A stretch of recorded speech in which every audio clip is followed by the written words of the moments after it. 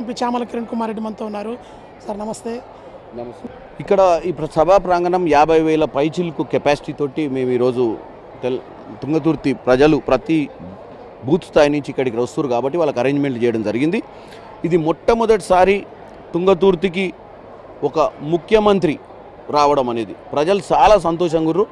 గతంలో కూడా రేవంత్ రెడ్డి గారు ఇదే తిరుమలగిరి 2023 మందుల శామ్యూల్ గారి ప్రచారంలో భాగంగా ఇక్కడికి వచ్చి ఇక్కడ ప్రజల్ని ఉద్దేశించి మాట్లాడి మందుల శామ్యూల్ గారిని గెలిపించిన తర్వాత డెఫినెట్గా వచ్చి వారికి కృతజ్ఞతలు, ఈ యొక్క నియోజకవర్గ అభివృద్ధి పనులు కూడా చేపడతానని చెప్పి ఈరోజు ఆ మాట నిలబెట్టుకోవడాన్ని మేమందరం కూడా గొప్పగా భావిస్తున్నాం. ఎందుకంటే మందుల శామ్యూల్ గారి ఎన్నిక తర్వాత నా పార్లమెంట్ ఎన్నికల్లో కూడా నేను 70,000 మెజార్టీతోటి నియోజకవర్గంలో గెలిచిన.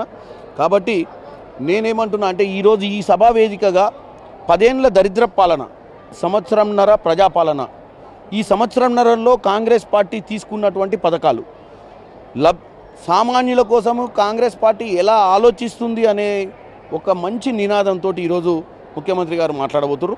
కాబట్టి డెఫినెట్గా ఇది మంచి కార్యక్రమం. ఈరోజు ఈ వేదిక మీదకెళ్ళి ముఖ్యంగా రాష్ట్ర వ్యాప్తంగా ఏదైతే రేషన్ కార్డుల కార్యక్రమం ఉందో పంపిణీ కార్యక్రమం ఇక్కడి నుంచే మొదలు పెట్టడం అనేది మా అందరికీ కూడా గర్వకారణంగా అనిపిస్తుంది. సన్నబియ్యం కూడా మా మంత్రి గారు ఉత్తమ్ కుమార్ రెడ్డి గారు హుజూర్ నగర్ నుంచి మొదలుపెట్టారు. సన్నబియ్య కార్యక్రమం అయితే బ్రహ్మాండంగా ప్రజలలోకి పోయింది. ఇవాళ ప్రజలు సన్నబియ్యం తింటుంటే అర్థమైంది ప్రజాపాలన అంటే ఇదా, ప్రజలను పట్టించుకునే విధానం ఇదా. మేము ఏ రోజు కూడా ఊహించలేదు మా పేదవారికి కూడా సన్నబియ్యం రోజు దక్కుతుందని. మరి అటువంటి పాలన ఈరోజు రేషన్ కార్డులు ఇస్తున్నాం. ఆల్రెడీ ఊర్లలో ఇంద్రమ్మ ఇల్లులు, శంకుస్థాపనలు, గోడలు, పిల్లర్, మన స్లాబులు కూడా అయ్యే పరిస్థితి ఉంది. సో గత ప్రభుత్వంలో చెప్పిన ఏది కూడా చేయలే.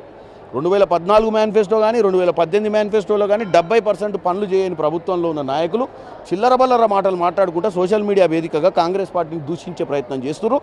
వాళ్లకు ఇక్కడ ఉన్నటువంటి ప్రజలకు ఈరోజు అప్రమత్తం చేస్తాం. ఈ యొక్క దరిద్ర పాలన పోయింది.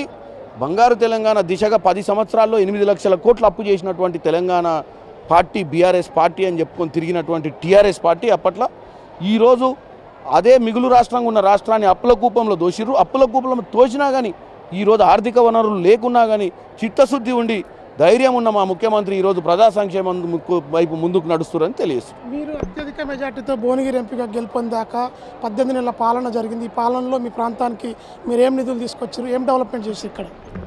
ముఖ్యంగా తుంగతుర్తి నియోజకవర్గానికి సంబంధించి ఇంటిగ్రేటెడ్ స్కూల్ అంటే 200 కోట్లతోటి ఇంటిగ్రేటెడ్ స్కూల్, ఉచిత విద్య అనేది అయితే గతంలో బీఆర్ఎస్ పార్టీ చెప్పిందో KG to PG వాళ్ళు చేయలేదు.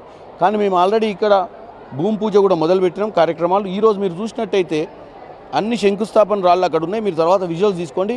ఇక్కడ గిడ్డంగులు, స్టేడియము, ఇక్కడ మేము ఏదైతే ఇరిగేషన్లో మిగిలిపోయినటువంటి కాలువలు కానీ ఈ SRSP నుంచి తీసుకురావాల్సినటువంటి నీళ్ళు, ఎందుకంటే కాళేశ్వరం కడితే కూలేశ్వరం అయింది, దాన్ని కూడా మరమ్మతులు చేసి SRSP కాలువ నింపి ఈ రానున్న సంవత్సరాల పాలన నీళ్ళు అందించే కార్యక్రమానికి కూడా మేము ఒడిగడుతున్నాం.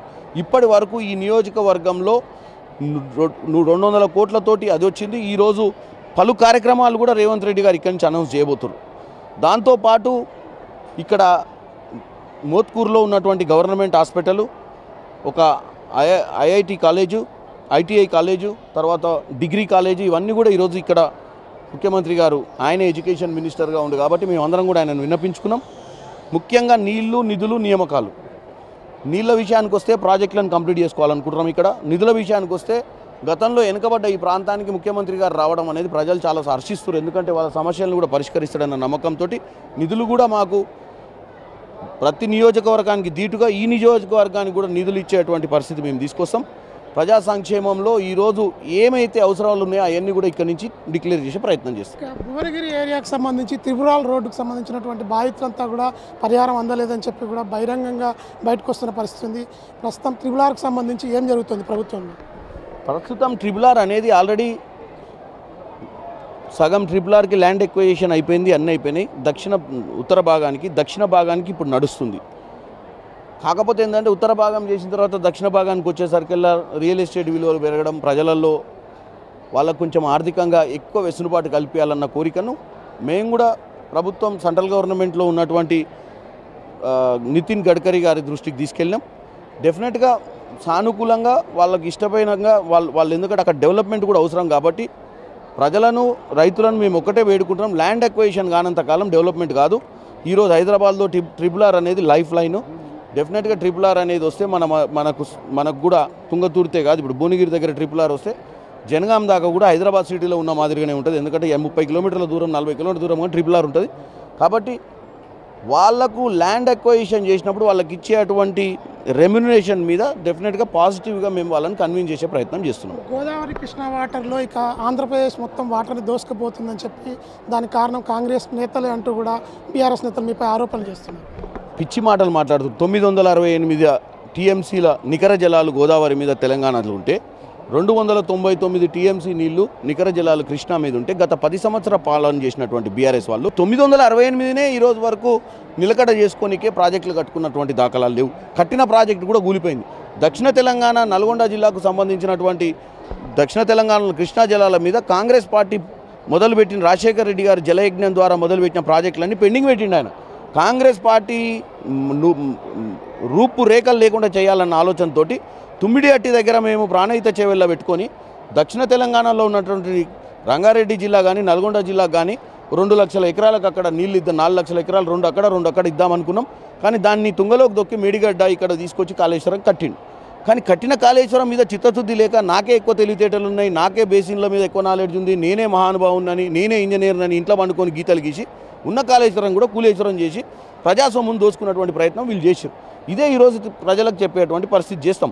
వాళ్ళు ఏంటంటే చెడు ప్రచారం చేసి ఈరోజు ఆంధ్ర సెంటిమెంట్ను రగిలించాలని బనకచెర్ల ఎక్స్టెన్షన్ ప్రాజెక్టును తీసుకొచ్చి మాకు రాకాలని చూస్తారు. ఈ బనకచెర్ల బంక కేసీఆర్ గారు 2016 నుంచే మొదలుపెట్టిండు. 3000 టీఎంసీలు వ్యర్థ జలాలు పోతున్నాయి, వాడుకుందామని చెప్పి మొదలుపెట్టిందే కేసీఆర్. ఆ రోజు రత్నాలసీమ చేస్తా, రాయలసీమను రత్నాలసీమ చేస్తా అని చెప్పి చేపల పులుసు తిని ఆ ముచ్చట చెప్పొచ్చిన దొరవారు ఇవాళ ఏదో సెంటిమెంట్, ప్రజలు ఆల్రెడీ మనల్ని చీకొట్టిర్రు, మళ్ళీ మనం పట్టాలు ఎక్కాలంటే ఏదో విధంగా సెంటిమెంట్ తీసుకురావాలన్న దరిద్రపు ఆలోచనతో ముందుకు పోతున్నాం. పోతిరెడ్డిపాడు విషయంలో ఏపీ చేస్తున్నటువంటి జలదోపిడిని ఎట్లా అరికడతారు మీరు? డెఫినెట్గా కృష్ణా ట్రిబ్యునల్ మీద మనం చర్చ చేయాలనుకున్నాం. గత ప్రభుత్వాలు అపెక్స్ మీటింగ్లకు కూడా అటెండ్ కాని పరిస్థితి. కేసీఆర్ గారు కాంట్రాక్టర్లతోటి లావాదేవీలు చేసుకొని అపెక్స్ మీటింగ్లను రమయానికి పోకుండా ఆ రోజు ఇండైరెక్ట్గా జగన్ రెడ్డి ఉన్నటువంటి ప్రభుత్వానికి మద్దతు పలికింది కేసీఆరే. ఈరోజు మేము డెఫినెట్గా మమ్మల్ని ఏదో ఆ ముఖ్యమంత్రికి మాకు ఏదో అంటగడుతురు, మా చిత్తశుద్ధి ఏందో ప్రజలే చూస్తారు. రానున్న రోజులలో మేము కృష్ణా జలాలను గోదావరి జలం ఇట్లా కాపాడుకుంటాము.